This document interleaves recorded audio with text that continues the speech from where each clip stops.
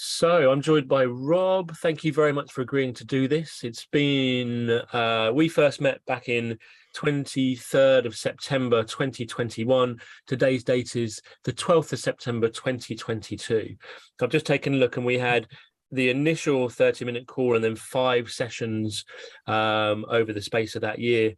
And you've agreed to come and tell us about your journey of pelvic symptoms and then through recovery and where you are now, Rob. So give us a little bit of background. Tell us about, I know your symptoms began in 2011.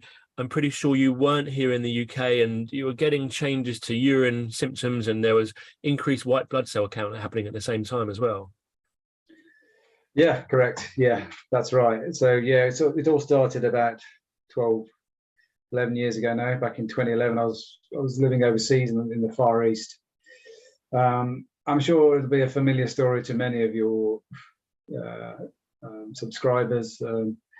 Starting off, well, initially started off with a UTI, some kind of urinary tract infection I caught in where I was living. A very stubborn UTI, wouldn't go away for a long time. Lots of doctor visits, lots of antibiotics at the time, repeated.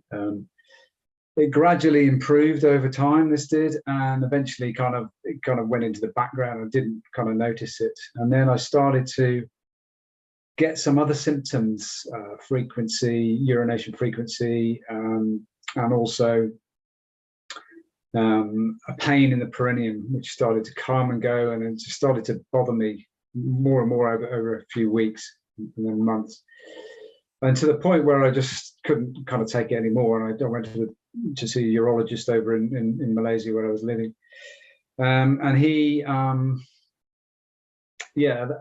was very sympathetic and took lots of tests, all sorts of tests. Nothing in terms of bacterial infection could be found, and he put it down to probably bacterial prostatitis, but couldn't culture any bacteria or anything like that.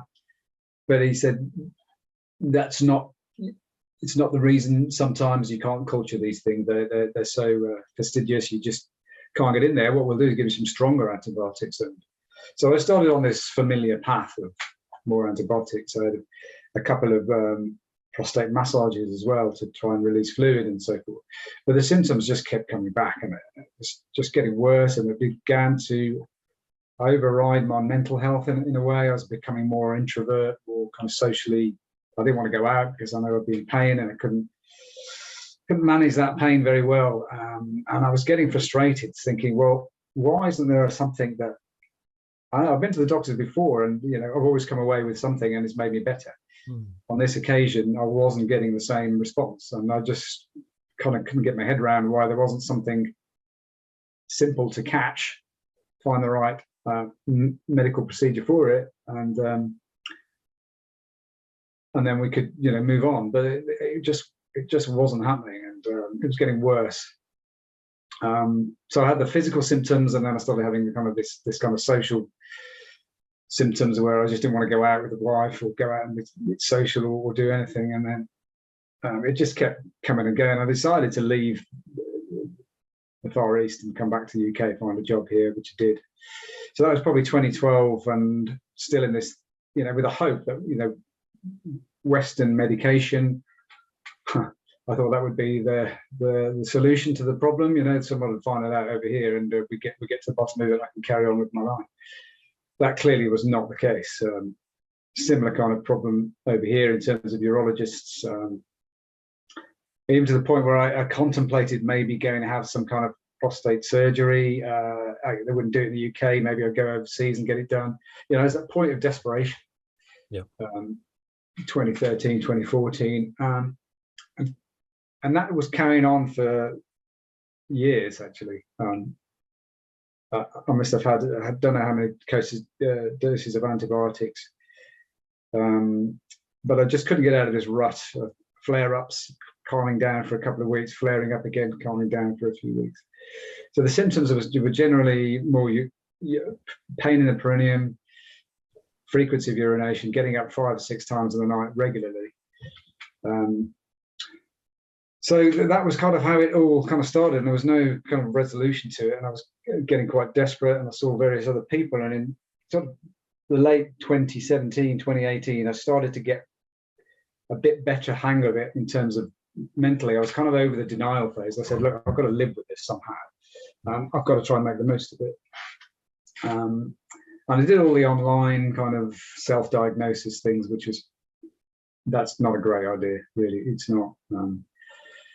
So I ended up, I ended up coming to see you, I think, in 2021 in the end, after various, other urology attempts, and I embarked on this kind of program with you, and it kind of, that's when the thing started to get better, quite frankly. And it was a long, as you know, a long process we went through, but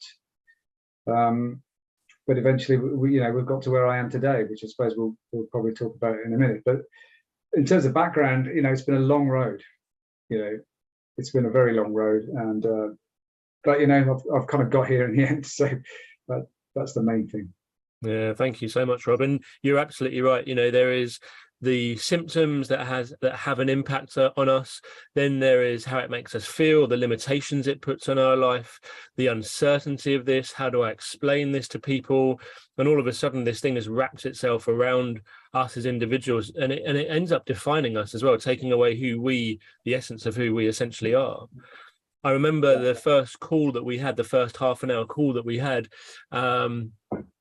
and sitting in my garden office then, and we were speaking about autoimmune conditions. We were rolling around other possibilities of what might be going on here as well, and that's very much my approach. Like, let's lay all our cards on the table. Let's see exactly what's going on here.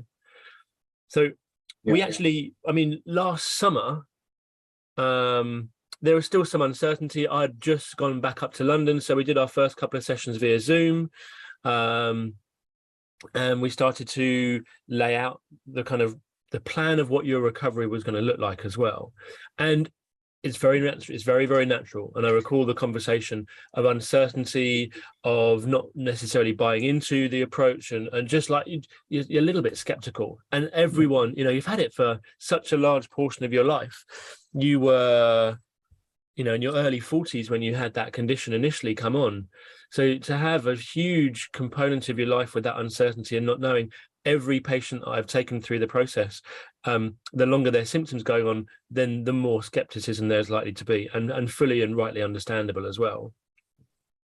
So we then started to look at some of the factors that might be filling up, say, your water bottle. We looked at some lifestyle factors. I started to give you some daily scheduling and planning to help to calm down your symptoms through the daytime, to make sure that they weren't ramping up and then being very, very difficult to treat. And that would include some movements. I don't do stretching, some abdominal massage to begin with, and just giving you some of the tools yourself that you could put into place every single day in your own time to start to manage and bring those or to bring about change anyway. Yeah. So in that program, and it progressed and changed as the sessions went on, what started to change for you? You'd had these really, really bothersome symptoms. They didn't all just go woof straight away. You don't just have all of a sudden, just it's like night and day and everything disappears. Well, you're right. Yeah, that's certainly the case. And I think people have the right to be skeptical, like you say, because you've had all this professional advice that's come to nothing, essentially. And then you just think you go in this with naturally a skeptical mindset. But I kind of learned to overcome that, I think, because we could sit down together, especially, and the hour sessions I find quite useful, that you can discuss exactly how you're feeling and what brings the triggers on, or what you think they are, and what might be the remedies to do that. So I think my program evolved from the first session.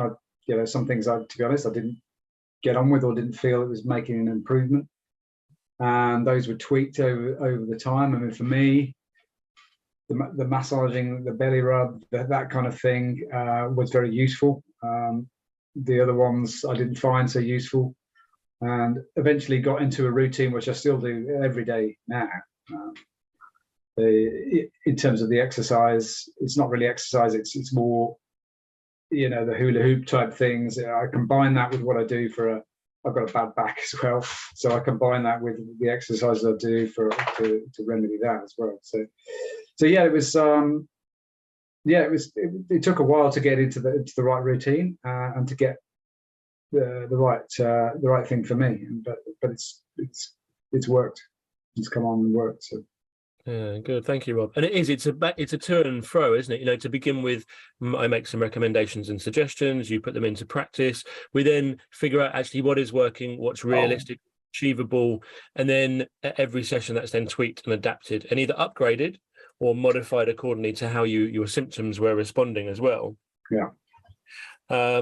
And in looking at beyond your pelvis in terms of recovery, you know, we eventually moved towards diet and nutrition, and we started to look at some of the factors around your urinary symptoms in particular and what is likely to cause irritation for them as well.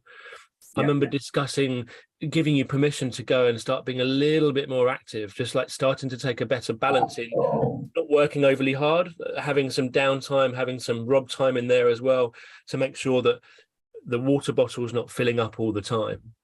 Yeah, true. I mean, I can get into this now if you want. Yeah, I mean, the way I look at it really is I look at it in 3 different areas that I concentrate on. It's one of them is the kind of exercise that I do, and the second one is the kind of the mindset, if you like, and that's the keeping calm and this water bottle kind of analogy that we've been using. And the third pillar, if you like, is the diet and the kind of supplements that I might take. So for me, it's always been lately, the last few years in particular, has always been more bladder-related issues, if you like, function of the bladder and the prostate around that, rather than, I know some people, it's more about the perineum pain that continues and the muscle ache and that. Mine is definitely more on the bladder side of things, or the urinary issue side of things. So I've got my strategies which work for that, I suppose. So in terms of the 3 things I talked about, the diet, I mean, I just eat a lot healthier now. I've stopped taking alcohol generally in the week. I find that is a trigger. I mean, I think it's all about also trying to find the triggers, right? And then mitigation for those triggers. And one of those for me, for sure, is the diet, and that is eating. I certainly eat less meat than I used to. I just eat a lot healthier, and I do cut out the alcohol in the week.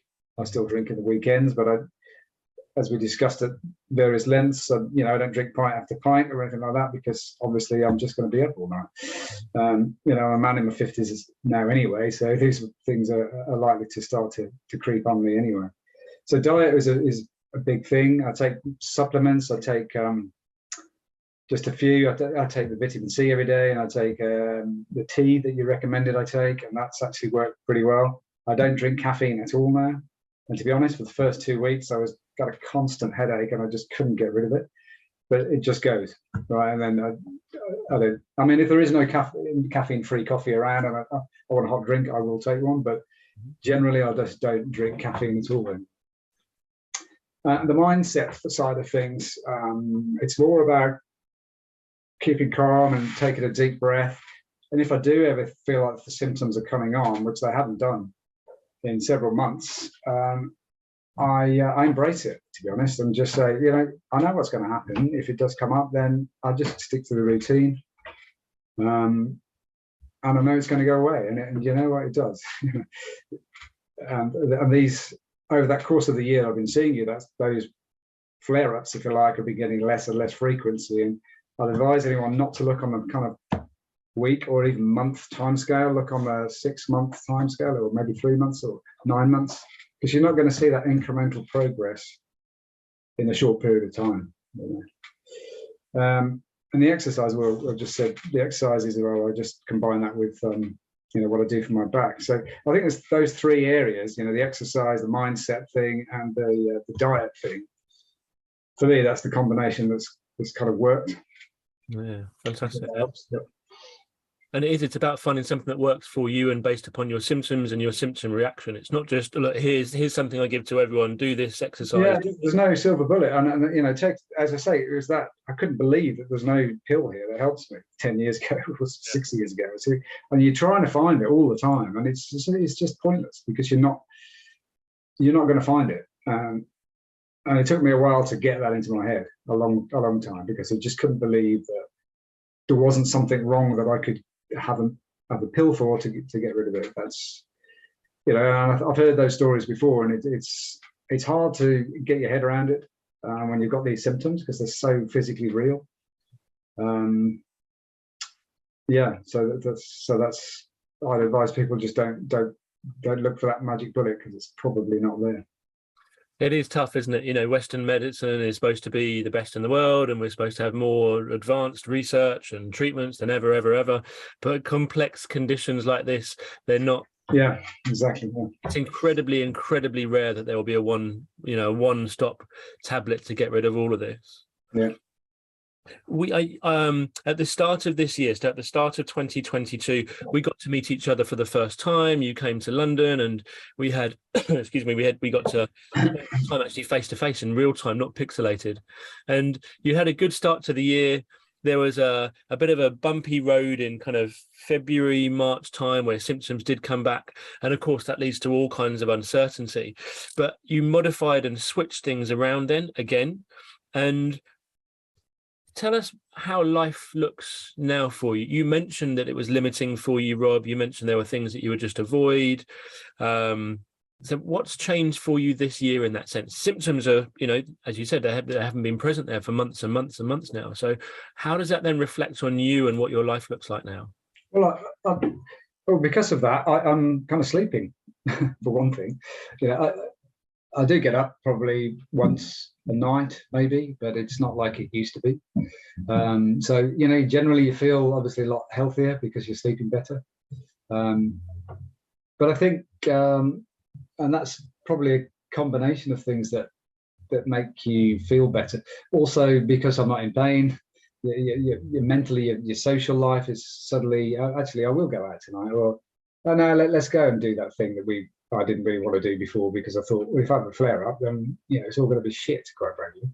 So let's, and I don't think like that anymore. You know, I don't, you know, if it does happen, you know, you just deal with it. But it kind of doesn't happen anymore anyway. So I think I've just turned that corner where, you know, having the combination of being able to sleep better and the realization that actually I'm not going to let this thing anymore control my life. It's now time to put it to bed. And then, like I said, in February, I had a bit of a, say, it was a massive flare-up, but it was certainly a warning sign. And I just, you know, like you said, it's a bump in the road, and I just got over the bump and drove on, quite frankly. And, you know, I've had nothing really ever since. And that was probably, what, 5 months ago, something like that. Mm-hmm. So, you know, there is, I don't know, I've never had a break in the last 10 years of this long without symptoms. Well, that's all down to you. You know, we work together, but you're the person who has to do the self-care and the management. Yeah, it's true. You know, you've got to work at it. It's not, you know, you've got to be dedicated yourself. I'm sure if I stopped doing the things I do, that I'd be probably psychosomatic as well, that you probably think, well, it might come back anyway. So maybe it's part of that routine is helping me as well, you know, on that front. Yeah, so definitely it is. You've got to work at it yourself, and it's the program that you put together and we've modified along the last 6 months or 9 months that's made this happen. You mentioned something there really telling as well, Rob, just the absence of having to deal with it, like the burden, the kind of grey cloud of having to consider, can I do this? Will this happen? Should I back off? Should I do this much? I don't know how I'm going to respond. Oh, you know what? It's just easier if I just say no. So not even having to contemplate that and have that conversation with ourselves around what may or may not happen, that weight being lifted off. And it was wonderful to see that happen over and over again. Yes, the speed bump in February, but just, you know, since then, life is good. You're doing many more things. It's great to hear what you've been up to. Yeah, because you get to, I've been in some dark places, as you probably remember, and to return back to, and you just think, well, how is my life going to get back on track? And you go, I mean, it's not just prostatitis or symptoms of the pelvic pain that I'm sure people go through with this, but you do, when you're in that dark space, it's very difficult. It's very difficult to think rationally, I think. But you've just got to ride it out, and then as I say, with the help of you, the program I've put together, I've not been in that dark space since. So there is hope. Kudos, really, really proud. And, you know, you're living a more balanced and healthy lifestyle. You've taken some of the recommendations and suggestions from the program. And I always say in recovery, we're going to get to a point where you're not doing this as recovery strategies. You're doing this just to create a balanced lifestyle moving further forward. So being more mindful of actually things that do make us feel a bit crap, that make us feel more sluggish, that don't make us feel as good as we possibly can. And we're human beings, and that's important to remember as well. So it's not all about living like a monk and doing absolutely everything right 100% of the time. That's right. I mean, life gets in the way sometimes, you know, and you have to. Well, I've been to a festival, I've been on holiday. You can't sometimes do your routine every day, but I don't worry about it, because I'll just get back onto it again anyway. So, yeah. Life has got to go on, and I do encourage patients to have that life that they want, and we set that with meaningful activities. What do you want to have in your life, and how do we then bring that closer to you? So it's been amazing catching up. It's been great hearing of your journey of recovery. You know, as you said, 5 months now from when the last, you know, that speed bump back in February was. It's absolutely astounding. So kudos to you.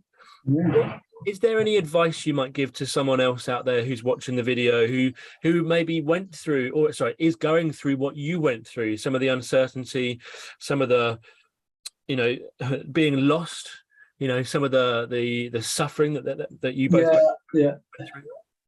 I mean, one thing I would definitely say is don't try and self-diagnose. Don't do the whole internet. I mean, I'm sure people are sick of hearing it, but I don't recommend that you go and you're most vulnerable when you're in a flare-up to get to Google. Maybe there's something new happened. Yeah, it's just futile. I think. I just don't think that's certainly a recommendation I would say, is just don't do that, which leaves you with, well, what do you do? You know, and I would say, well, for me, it's been able to find a strategy to put in place that's enabling you to lead your life in a more fulfilling way. The pain will go away, but you need something, and that something for me was having a program with a pelvic plane clinic, and it wasn't overnight. You know, this thing took a few sessions to get right. But certainly, I would engage with somebody like yourself or somebody similar that can help you. That's holistic. It's not just specific urinary problem. Don't look at things in a closed way, because it's a complex condition that's not. It's not going to be treated. I don't. You know, you have to first initially go to the urologist to make sure there's nothing else wrong with you, I would say. But if all those things come back clear or ambiguous, it's probably a point where you want to think about a pelvic pain kind of remedy rather than a specific urinary problem. And look and think positive. You know, there was times where I thought I'd never do anything again, to be honest, but you do get over that. And I mean, it's been 11 years for me. Yeah, it's a long time. You know, I had small kids at the time. You know, you can imagine bringing up 2 small children, as you know now, having that pain constantly. It was bloody hard work, to be honest. And it's a strain on relationships, but you will get there. So I hope that's given some advice to some people, because I know how desperate it can be. So yeah, I hope that's of some help. That's absolutely priceless. Thank you so much for your wise words. Thank you for sharing your history. Thank you for your honesty and openness in divulging some of the things that you went through in that time as well. It's been fantastic to catch up. And yeah, no problem. Anytime. Thank you very much. I'm really excited about the future and what that can bring to you now as well. Yeah, thank you.